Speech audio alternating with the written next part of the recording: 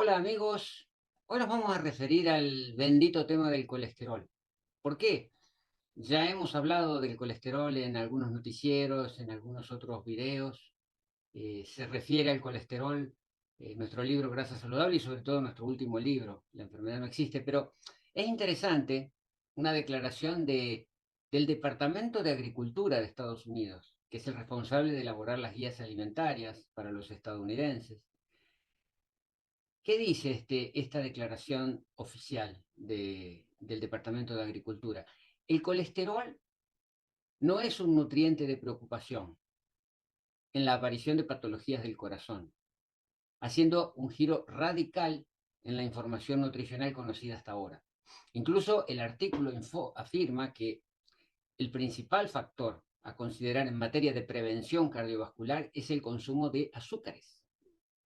El doctor George Mann, director adjunto del estudio para la incidencia y la prevalencia de la enfermedad cardiovascular y sus factores de riesgo, afirma que las grasas saturadas y el colesterol en la dieta no son la causa de la enfermedad coronaria. Este mito, dice, es el mayor engaño del siglo.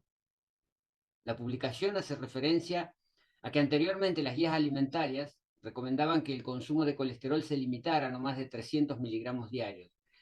No obstante, dice el informe, la evidencia disponible no muestra una relación apreciable entre el consumo de colesterol en la dieta y el colesterol en la sangre, de acuerdo con la Asociación Americana del Corazón y el Colegio Americano de Cardiología.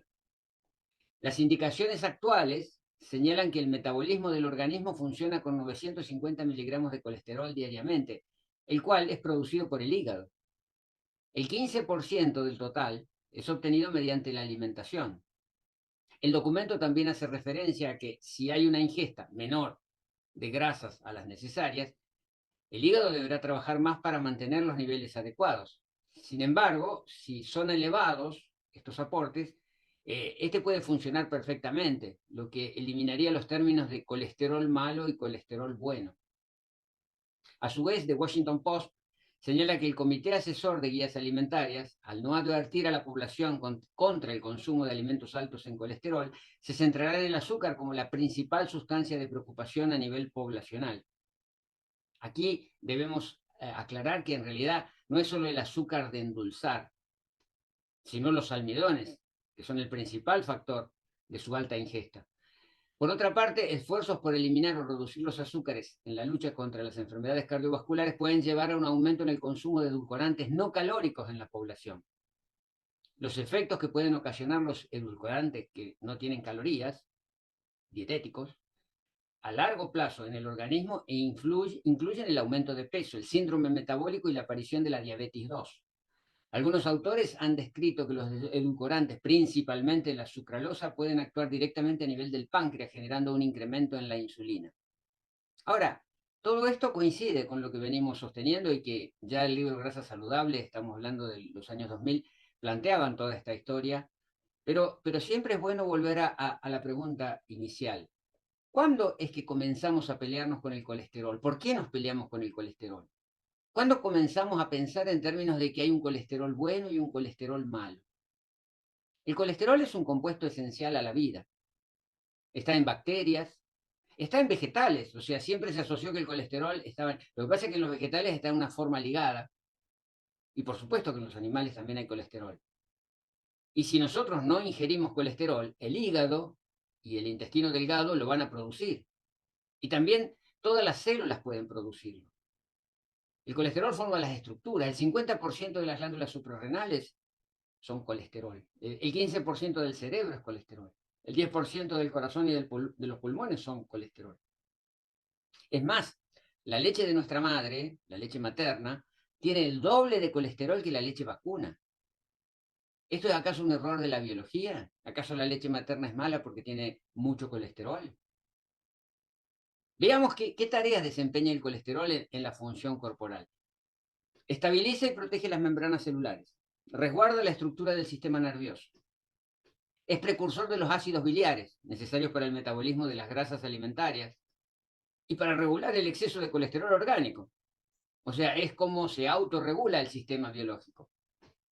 Otras tareas del colesterol. Es componente básico de las hormonas sexuales, de los estrógenos.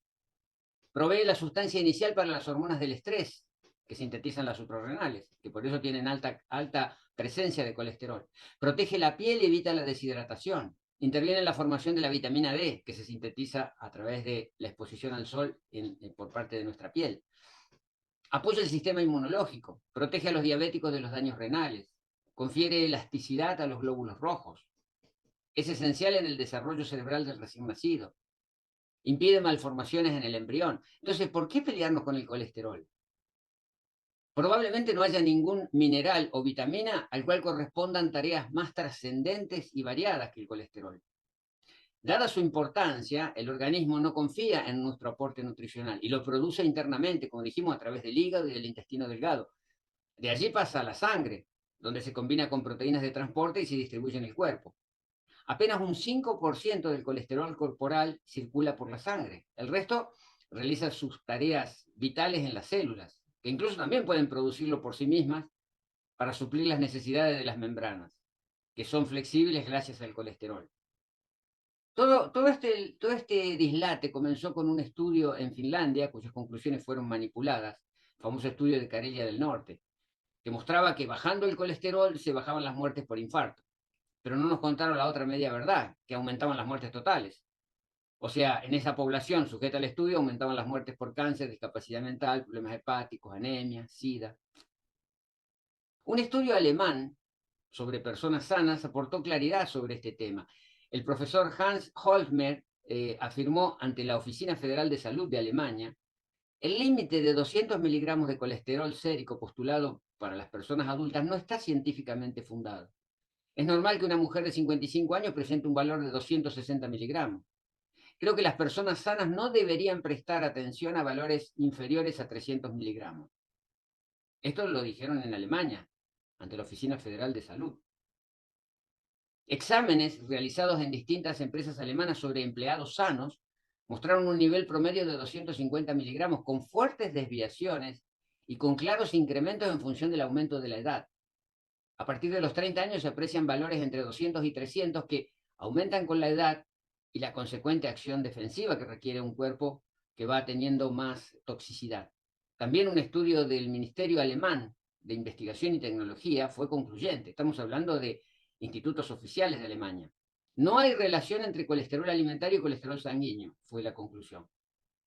Y también se evidenció que el colesterol varía diariamente y minuto a minuto según la edad, las estaciones del año, el apetito, el estrés, la actividad sexual, la actividad física, la hora del día, el clima, el equilibrio hormonal, el estado de salud.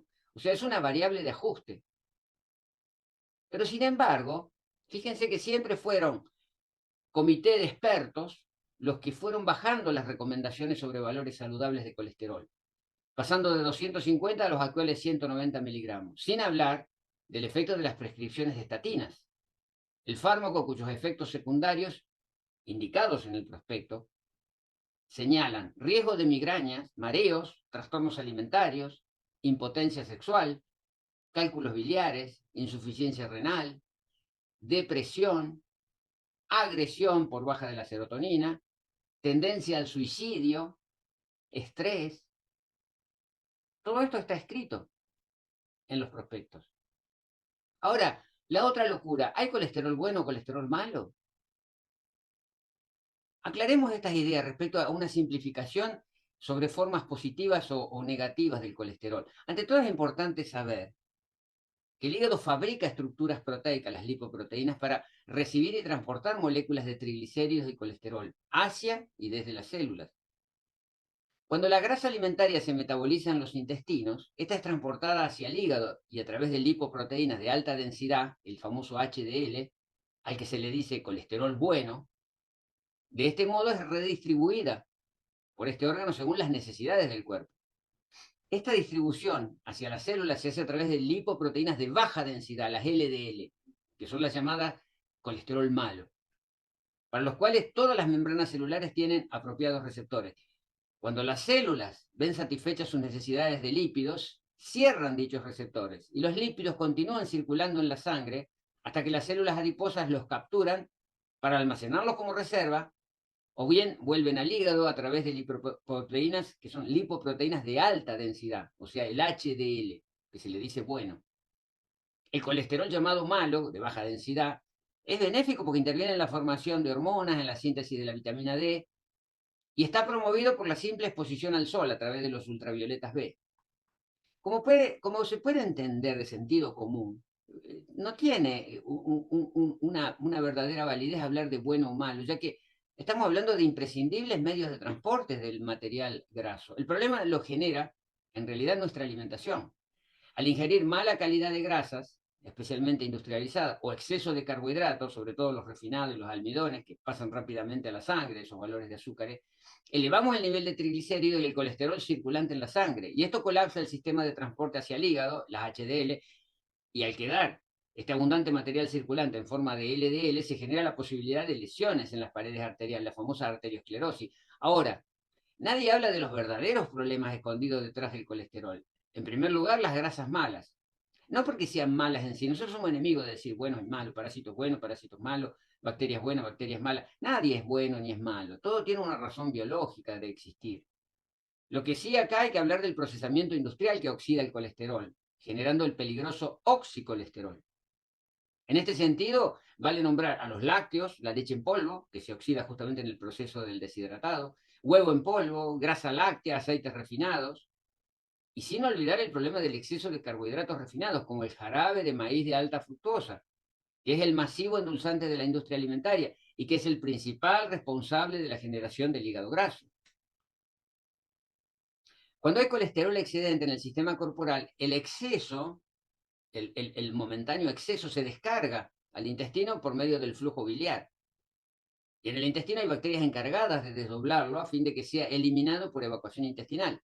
Pero ¿qué pasa? Si hay disbiosis intestinal y no están las bacterias que tienen que hacer este desdoblamiento, las vellosidades intestinales, que lo consideran útil, lo reabsorben y lo devuelven al hígado para su empleo. O sea, estamos haciendo una verdadera puerta giratoria. El hígado se lo quiere sacar de encima, pero la disbiosis intestinal genera absorción y esto vuelve otra vez al hígado como puerta giratoria. Por otra parte, la verdadera causa de las lesiones arteriales, que falsamente se le atribuyen al colesterol, está lejos de ser totalmente comprendida. Y como siempre sucede en el cuerpo, tienen que darse una suma de circunstancias concomitantes para que el problema haga crisis. La bendita multifactoriedad. En primer lugar, debe haber un daño previo a un desorden inflamatorio en la pared arterial para que se forme el temido depósito del ateroma, en torno al cual, en torno al ateroma, se deposita el colesterol, en un intento de compensar. El resto lo genera la sangre espesa, sucia, cargada de toxina y con tendencia a la coagulación, lo que forma la agregación plaquetaria. Es más, la presencia de colesterol en los ateromas, o sea, si tomamos la foto de la escena del crimen, es un intento infructuoso de reparación de los capilares. Sería como que el colesterol ahí está obrando como si fuera un enduido.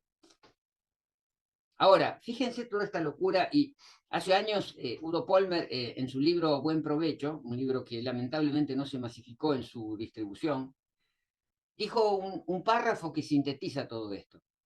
Dijo Polmer, hasta que se tome conciencia de esta realidad equivocada por parte de médicos y pacientes, millones de personas ofrendarán sangre para análisis sin sentido.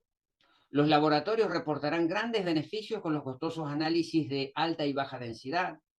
Las empresas farmacéuticas tendrán abultadas utilidades por las estatinas. La industria, que procesa margarinas, lácteos, no va a ir en saga y también tendrá sus utilidades. Los sistemas de salud, que directa o indirectamente financiamos todos, dilapidarán fortunas.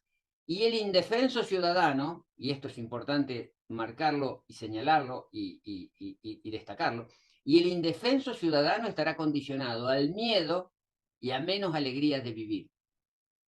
Un verdadero párrafo que sintetiza todo esto, dicho desde Alemania, y ahora confirmado por las recomendaciones de Estados Unidos y de sus guías alimentarias.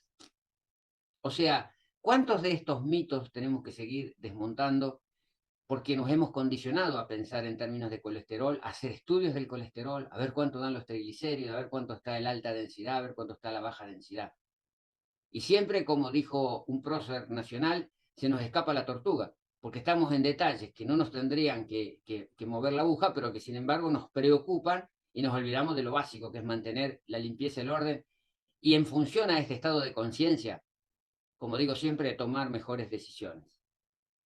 Hasta la próxima.